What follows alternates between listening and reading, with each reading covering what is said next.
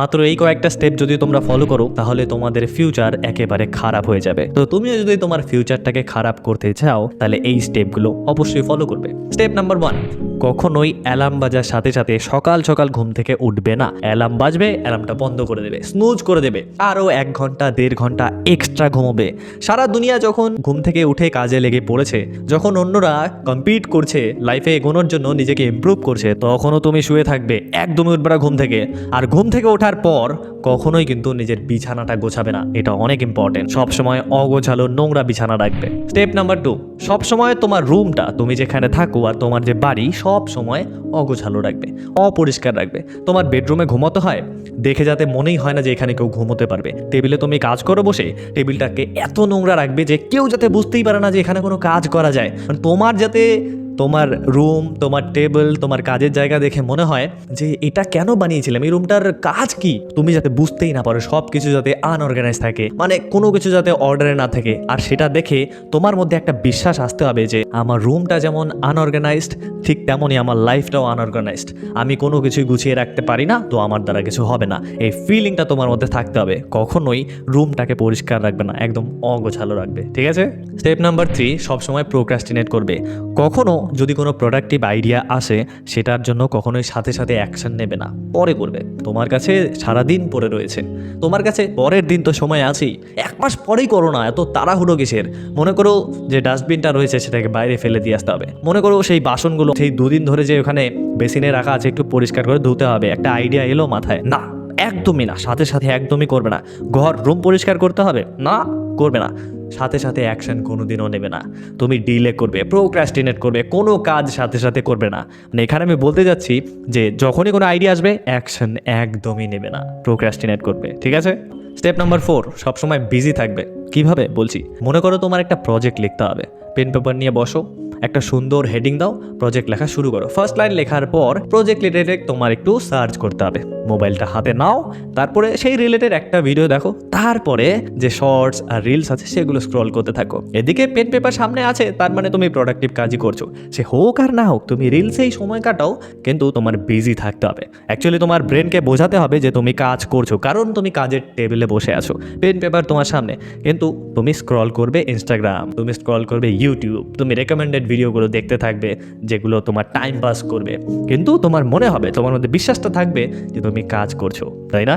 Step number 5, কখনোই proactive হবে না, সব সময় ওয়েট করবে। ওয়েট ওয়েট ওয়েট, কিসের জন্য ওয়েট করবে? কোনো অপরচুনিটির জন্য। তোমার দরজায় এসে নক করবে, চলো চলো চলো, তোমার জন্য জব আমি রেখেছি।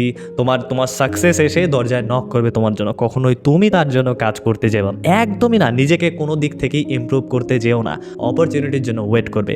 তোমার যে ড্রিম গার্ল, যাকে তুমি স্বপ্নে রোজ দেখো, যার কথা ভাবো, সে একদিন তোমার দরজায় এসে নক করে বলবে আমাকে বিয়ে করবে, চলো। তো ওয়েট করো, শুধু ওয়েট করো, একদিন না একদিন ঠিক হবে, এই ভেবে ওয়েট করতে থাকবে। কখনোই নিজে থেকে কোনো রকমের অ্যাকশন নেবে না, একদমই না, ঠিক আছে? তো ওয়েট করো। স্টেপ নাম্বার 6, তোমার মধ্যে যে প্রবলেমগুলো রয়েছে, যেগুলো তোমার নিজের ভালো লাগে না, কারোরই ভালো লাগে না, সেগুলো কিন্তু কখনোই ফিক্স করবে না, একদমই ঠিক করবে না। সেই প্রবলেমগুলো নিয়েই চলবে, কখনোই সেই প্রবলেমগুলোকে ওভারকাম করার চেষ্টাই করবে না। তুমি যে একজন লুজার সেটা তোমার নিজের ফিল করতে হবে, তাহলেই তো তোমার ফিউচারটা খারাপ হবে, তাই না? স্টেপ নাম্বার 7, সেই জিনিসগুলোতে ফোকাস করো যেগুলোকে তুমি একদম কন্ট্রোল করতে পারবে না। যেমন ট্রাফিকে গিয়ে চিল্লাও তুমি, আরে এত ট্রাফিক এত ট্রাফিক, তুমি কন্ট্রোল করতে পারবে না, তো ওখানেই তুমি তোমার মেন্টাল এনার্জি ওখানেই নষ্ট করবে, ফিজিক্যাল মেন্টাল সব এনার্জি তুমি ট্রাফিকে নষ্ট করবে। গভর্নমেন্টকে দোষ দেবে, তোমার কিছু হচ্ছে না কেন, তুমি প্যান্ডেমিককে দোষ দেবে।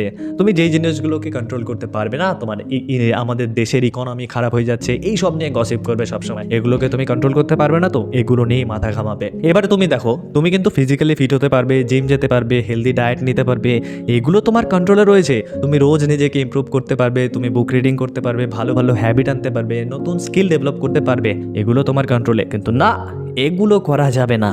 এগুলো করলে তোমার না নিজে মোটিভেটেড ফিল করবে আরও কাজ করার জন্য, এগুলো একদমই না। তোমার পাওয়ারলেস ফিল করতে হবে যে তুমি একজন লুজার। তার জন্য যেই জিনিসগুলোকে তুমি কন্ট্রোল করতে পারো না সেগুলোতে ফোকাস করবে, নইলে কি করে তোমার ফিউচার খারাপ হবে, তাই না? স্টেপ নাম্বার 8, কখনোই কমফোর্ট জোন থেকে বেরোবে না। সকাল সকাল ঘুম থেকে ওঠা, আবার তারপরে দৌড় দৌড়নো, হেলদি ডায়েট নেওয়া, জিম যাওয়া, পড়াশোনা করা, স্কিল ডেভেলপ করা, এগুলো করার জন্য তো কমফোর্ট জোন থেকে বেরোতে হবে। একদমই বেরোবে না। তুমি যখন ইচ্ছা ঘুম থেকে উঠবে, ভিডিও গেমস খেলবে, ইনস্টাগ্রাম স্ক্রল করবে, নেটফ্লিক্সে ভিডিও দেখবে, ওয়েব সিরিজ দেখবে, এভাবে টাইম ওয়েস্ট করবে। কমফোর্ট জোন থেকে একদমই বেরোনো যাবে না। কমফোর্ট জোনে থেকে সেগুলো করবে। এর বাইরে যেগুলোই করতে হয় একদমই না। নিজেকে ইমপ্রুভ করতে যেও না, তাহলে কিন্তু হবে না। স্টেপ নাম্বার 9, আর এটা অনেক ইম্পর্টেন্ট, সব সময় নিজের ফ্যান্টাসির দুনিয়াতে ডুবে থাকবে। সব সময় বিছানায় শুয়ে শুয়ে তুমি ভাববে যে আমি যদি 1 কোটি টাকার একটা লটারি পেতাম তাহলে আমি টাকাগুলোকে কি করতাম। মানে তোমার কাছে যদি অনেক টাকা থাকতো, তুমি যদি সেলিব্রিটি হয়ে যেতে, ফেমাস কেউ হয়ে যেতে, তাহলে কি হতো, কিভাবে হবে, তার জন্য কি করতে হবে, ওগুলো না, একদমই না। ডে ড্রিমিং করবে তুমি। দিনের বেলা শুয়ে শুয়ে শুধু ফিউচার নিয়ে স্বপ্ন দেখবে, তার জন্য কোনো অ্যাকশন নেবে না, একদমই না। শুধু স্বপ্ন দেখবে, ফ্যান্টাসাইজ করবে, সেলিব্রিটিদের সাথে নিজেকে কম্পেয়ার করবে, সোশ্যাল মিডিয়াতে অন্যদের দেখবে, তাদের দেখে জেলাস ফিল করবে। ব্যাস, এই কয়েকটা স্টেপ তুমি যদি ফলো করো তাহলে তোমার যে ফিউচার হতে চলেছে সেটা একদমই খারাপ হতে চলেছে। তো তোমার যদি টার্গেট থাকে নিজের ফিউচারটাকে এইভাবেই খারাপ করার, তো এই জিনিসগুলো অবশ্যই ফলো করবে কিন্তু।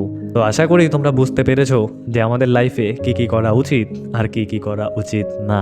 তো যদি তোমরা বুঝে থাকো কমেন্টে জানাও। আর এর মধ্যে থেকে কোন কোন জিনিসগুলো তোমরা করো আমাকে সেটাও কমেন্টে জানাতে পারো। যদি কোনোটা করে থাকো আজকে থেকেই বাদ দাও আর ভালো ভালো জিনিসগুলো করা শুরু করো। দেখা হচ্ছে এমন ইন্টারেস্টিং টপিক নিয়ে যা রোজ আমাদের 0.1% করে ইমপ্রুভ করবে। ততক্ষণ পর্যন্ত বাই।